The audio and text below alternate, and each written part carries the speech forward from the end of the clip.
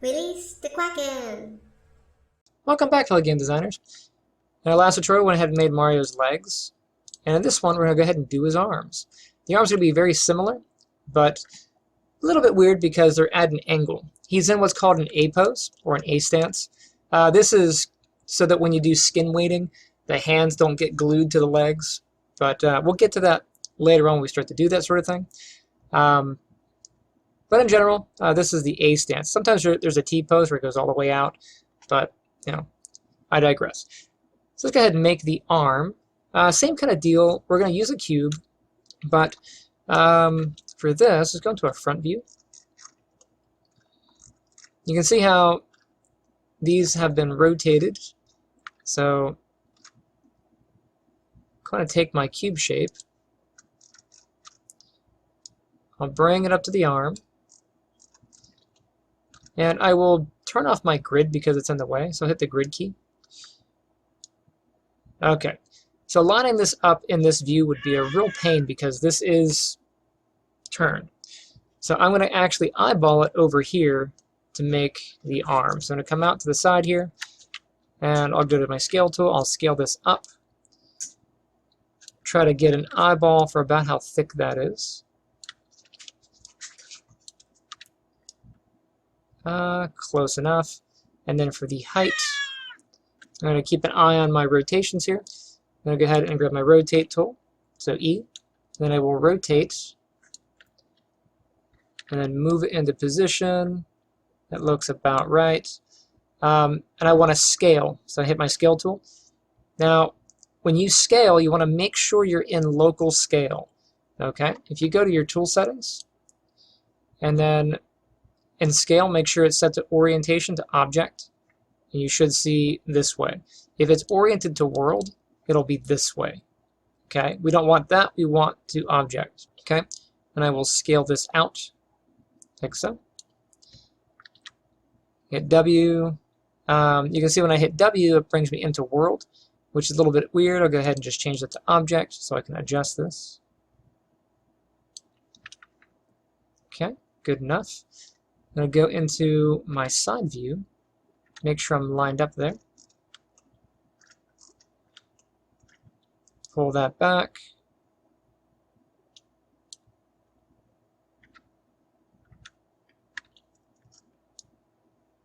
All right. Now we need to split this up with some subdivisions.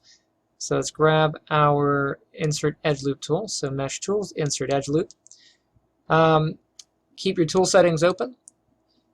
We're going to go ahead and go down back to multiple, select it to 1, and we will split these like so.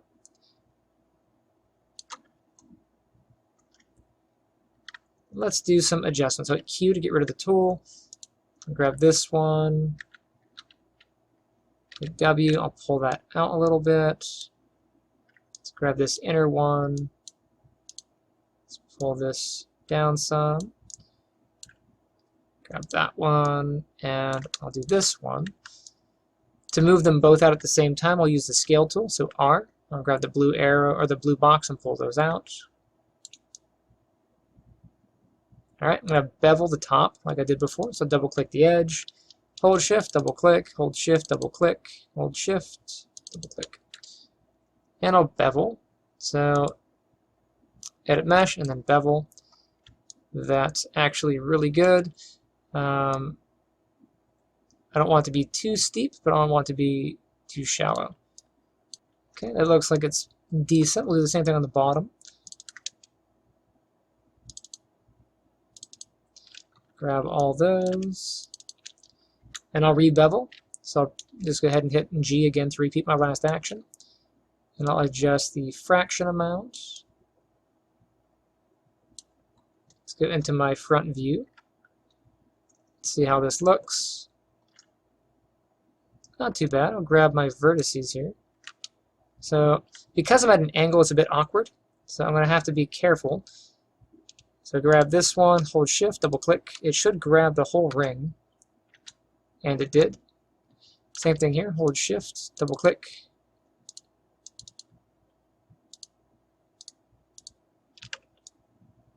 I missed one. Okay, so we want all these bottom ones here. Get my move tool. Again, make sure we're an object. That way we have this direction for us. I'll just pull that down to get that bicep. Now you can see in this upper section how it's a little bit more round, but we actually can't get any rounder with our current setup here. So what we need to do is bevel this section. So grab this, grab these, go around. Okay, I'll bevel it again.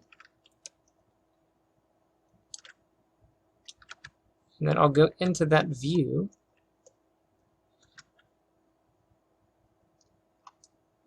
Vertex mode. I'm going to try to get all the vertices on the cap here. So these ones, and then these. I'm being careful not to grab the ones on this line. I'm just getting this line here. I'll move these up. And then these ones along this line, grab this one, hold shift, double click, and I'll move these up to kind of round it. And that's pretty good. We don't have to do that for the elbow, but if you want to get extra roundness, you can do that if you need to. So that's the arm. And it looks like the arm has some tapering from this angle. It tapers a little bit on the bottom. So I'll go into my view here. Now try to grab this section. So like before, I tried to grab using this and having to fight, but we do have a lasso tool. So I come over and grab this pointer with a little ring on it. That's our lasso. And if I drag a section, I can do a swipe through, and that gets me a selection. Then I'll grab my scale tool.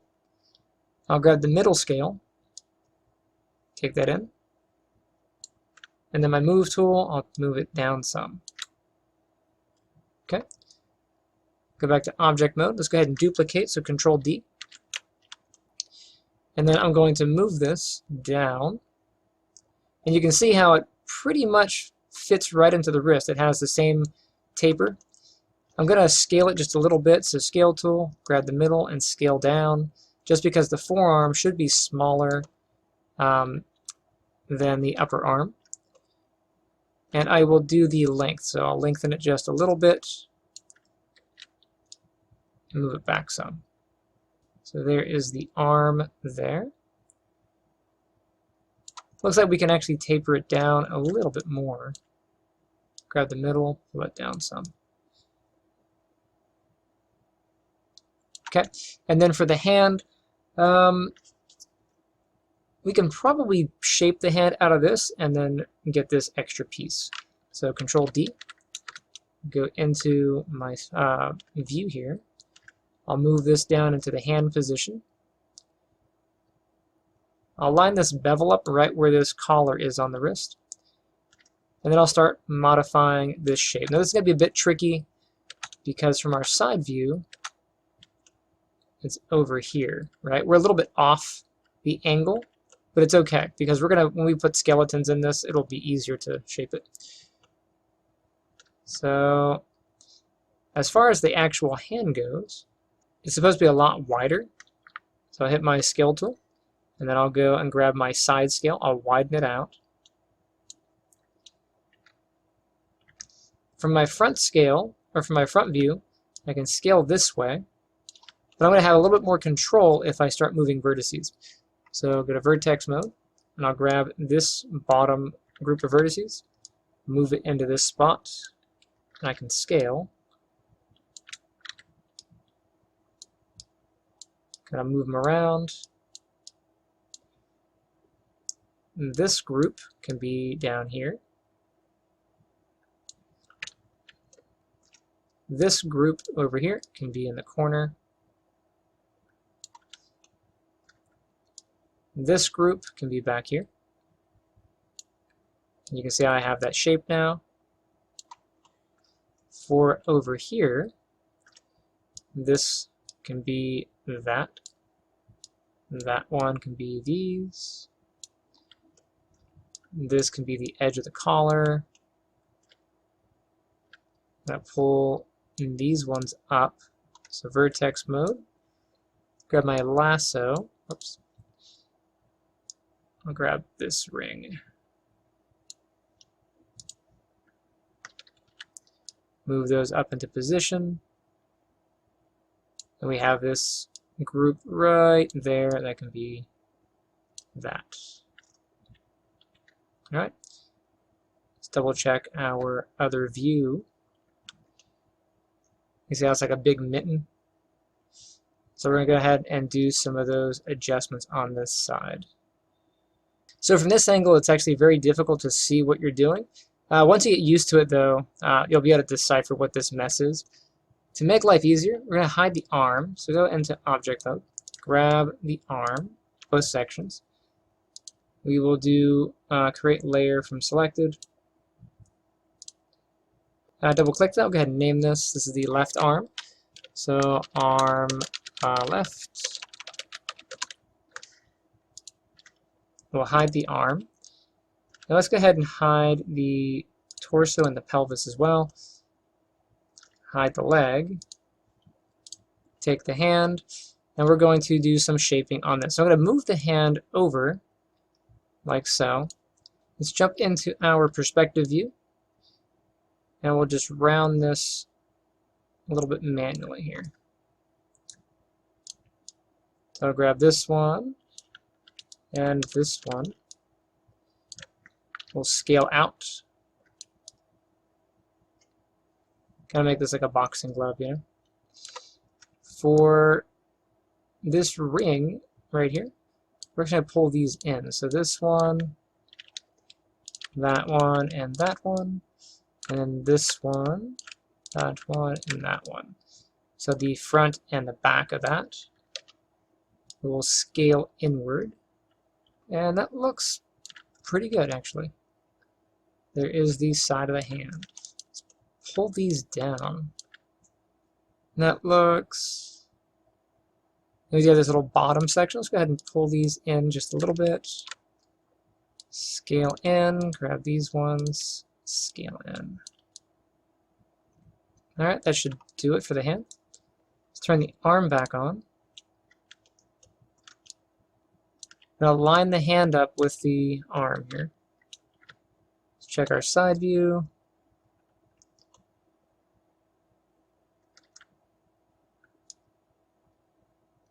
Line it up visually.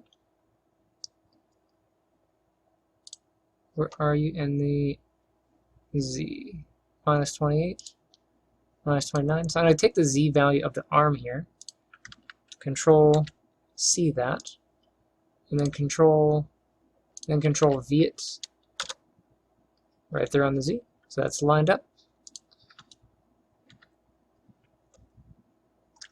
Take my upper arm. I'm going to move the lower section of vertices. Conveniently, they're selected. I'll move those more into the glove there. And there we have that. Awesome. Let's turn our body pieces back on.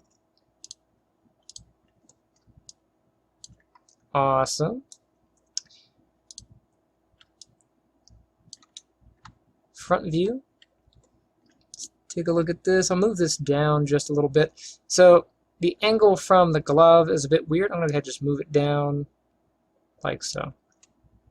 Alright, so now we need to move this over and duplicate it. So let's go ahead and do that.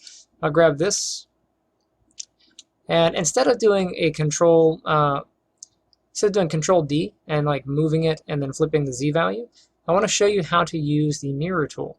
So assuming we are perfectly symmetrical on this, we can mirror. So go up to Edit Mesh, come down to Mirror, grab the option box. We want to turn off Cut Geometry because we don't want to remove anything. We will be making a copy, and then the copy will be in World Space. And we want this to be along the X-axis because X is our left and right. You can see that here. Now again, this will not work if you are not directly in the middle. See how my middle line is here? Make sure your model is evenly split along the middle, or this will be weird. Okay? We don't want to combine with original, so we can uncheck that. And we can go ahead and hit Apply. So there's that one. We'll grab the next one, I'll apply it. And then the next one, I'll hit Apply. So now we have mirrored successfully across. Boop, boop, boop, boop. Awesome. So there is our body. Let's go ahead and add groups for these just to make sure we're good. So we have our left arm and our left leg. So our legs are actually controlled. I'm going to grab the right leg pieces. So upper, lower. I'm going to right click on the left leg and remove selected. And then I'm going to go to layers, create layer from selected. And I'll make this one the leg right.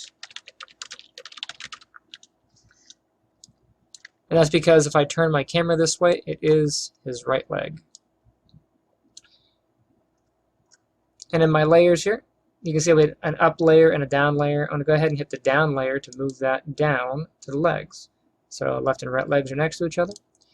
For the arm, if I blink the arm, this one's all by itself. I'll put the hand in there. Select the hand, right-click the left arm, add to selected. Okay. And then this one, grab these. Layers, create layer from selected. Name it. This is going to be arm. Right.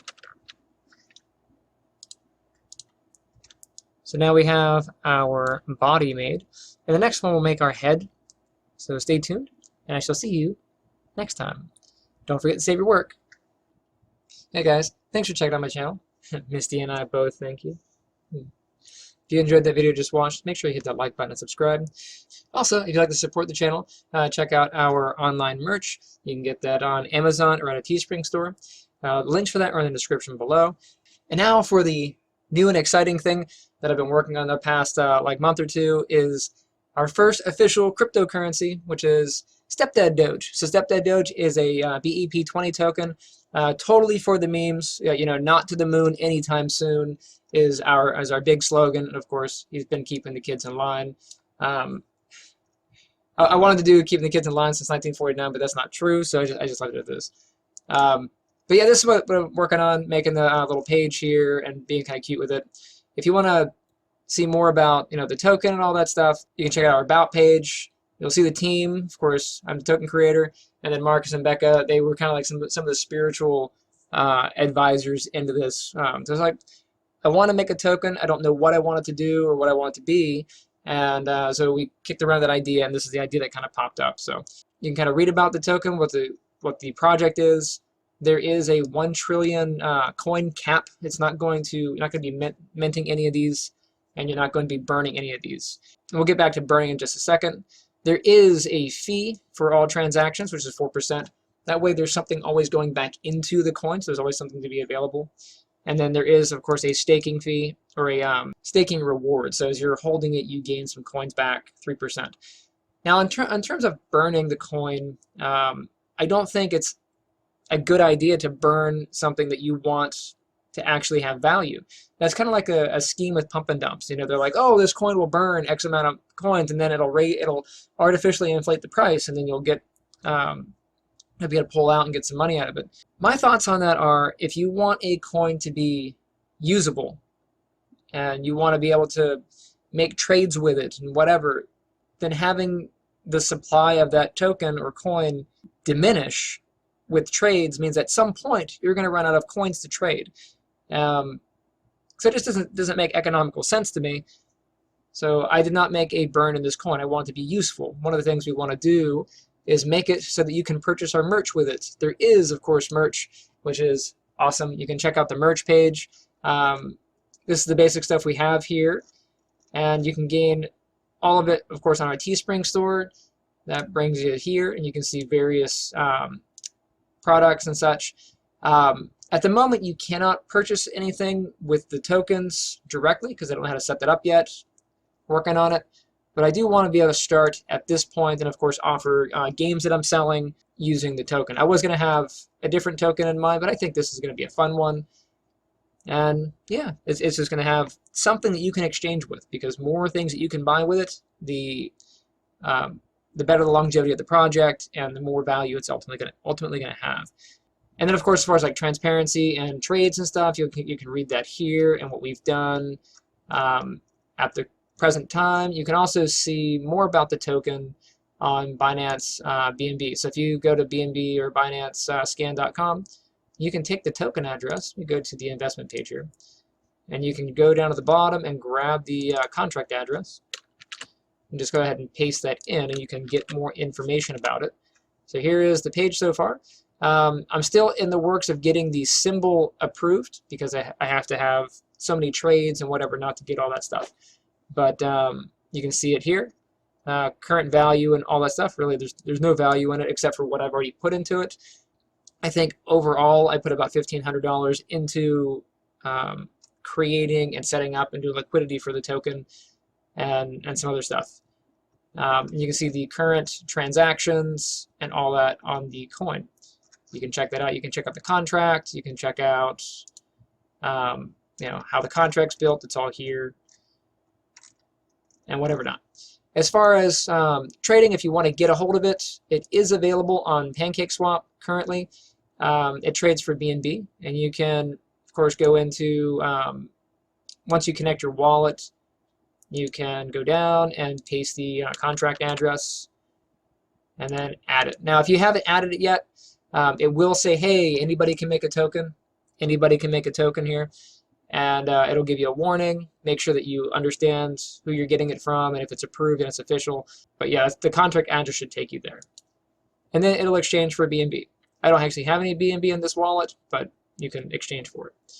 I want to make it so it's exchangeable across other BEP20 tokens, so like Wife Doge, Baby Doge. There's, of course, Shiba Coin, which is an ERC token. I'm going to see if I can get that working as well, but I don't have that up just yet. But the more things you can trade it with, the more options you have as far as like liquidity and trading and such. So yeah, so if you jump down and you actually go to the investment page, I do recommend not investing in this unless it's something that you really want to do, because this is a meme project. It is, of course, my first project. I don't have any intention of abandoning it because I think it's kind of neat, but you got to know your sources and be vigilant about that sort of stuff. So I can't give financial advice and say, get this, but if you want it and you really want to support the meme, then by all means, help us out. The more people who are getting involved in this, then the more likely we can get this on other exchanges and we can get sort of the ball rolling. I might do a crowdfunding page to kind of help build that up. I haven't given out any coins or anything like that. I think for the upcoming future, I might do some giveaways, but we'll get to that a little bit later down the line. But anyway, yeah, so that's just us in a nutshell, what we've been doing. If you want to, of course, contact us on this page, you're more than welcome to. And there's some merch. And yeah. Anyway, hopefully I'll see you on the next round next time.